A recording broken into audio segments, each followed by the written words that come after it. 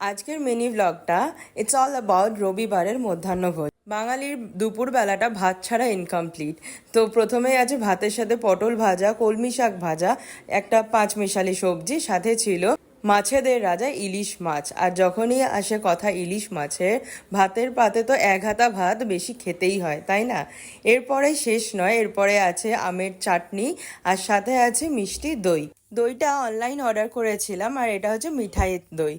মিঠাইয়ের দই আমাদের বাড়ির সকলেরই খুব পছন্দের, কারণ এর মিষ্টিটা খুবই লাইট হয় আর খেতেও প্রচণ্ড ভালো হয়।